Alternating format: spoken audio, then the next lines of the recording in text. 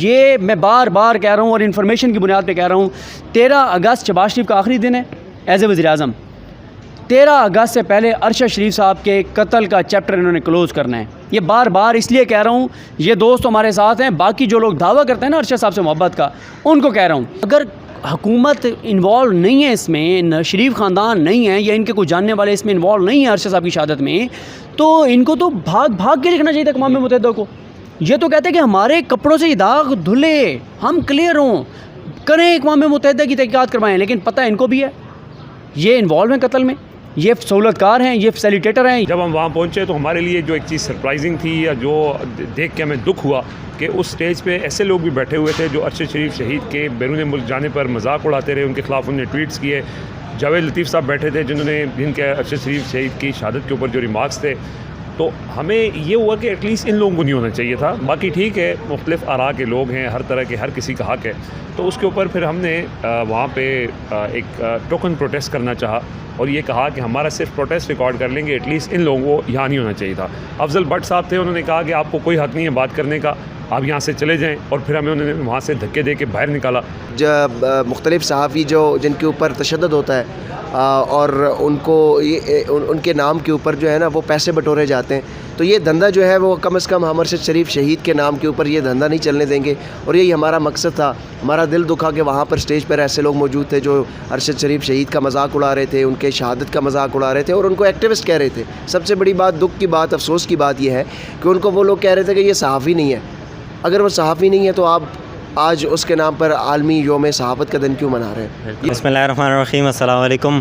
मेरे साथ मौजूद हैं सदीक़ भाई, रिज़वान भाई, ज़ुबैर भाई, शाहिद सकलैन साहब। इनसे जानेंगे जो गुज़श्ता रोज़ प्रेस क्लब में इवेंट हुआ था अरशद शरीफ साहब के हवाले से।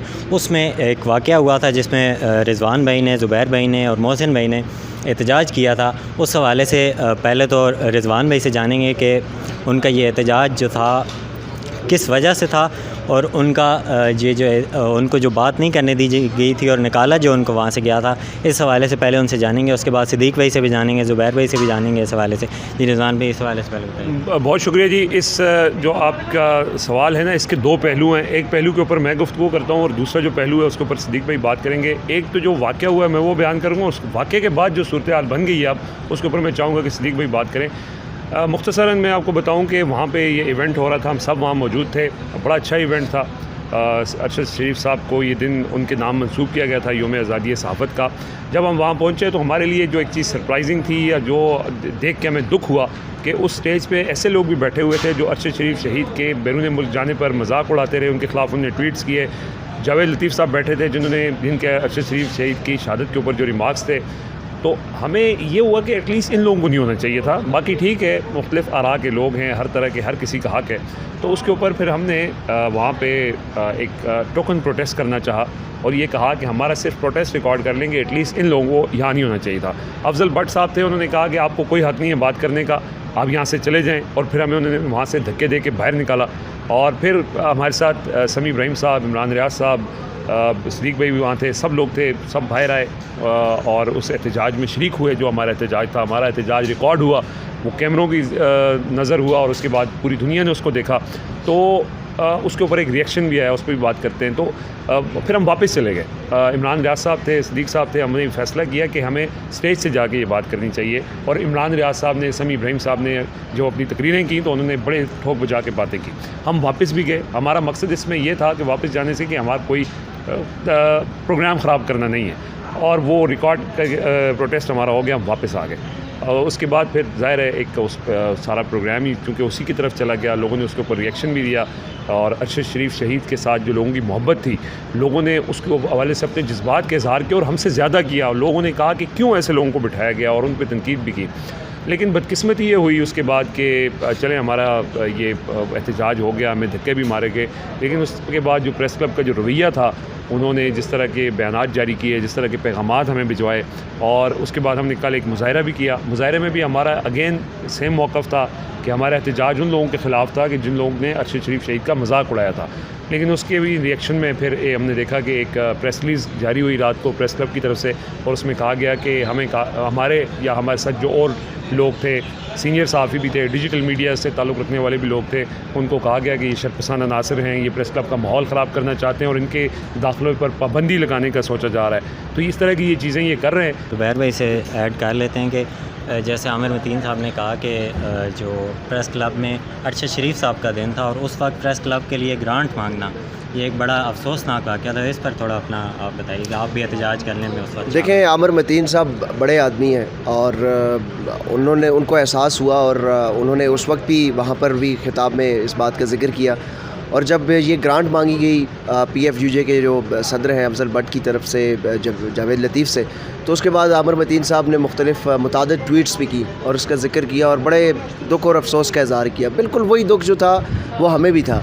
हमने देखा कि वहाँ पर जावेद लतीफ़ बैठे हुए हैं जो अरशद शरीफ की शहादत का मजाक उड़ा रहे थे।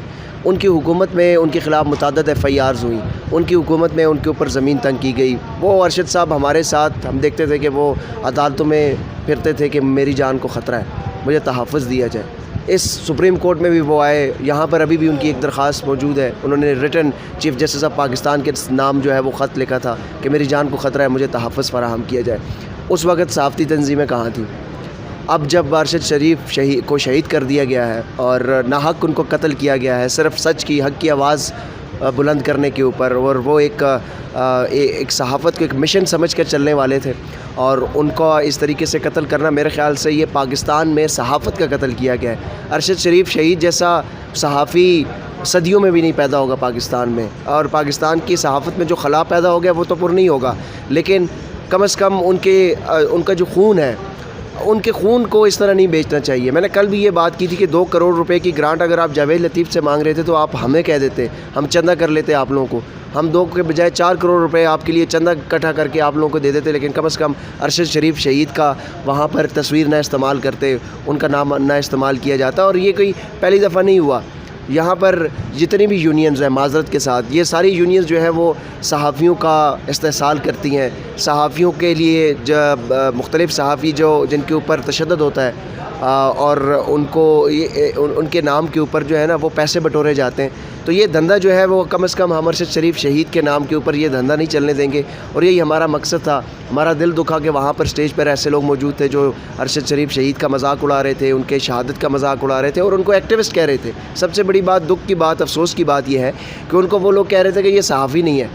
अगर वो सहाफ़ी नहीं है तो आप आज उसके नाम पर आलमी योम सहाफ़त का दिन क्यों मना रहे हैं? ये सवाल हम उनसे पूछना था।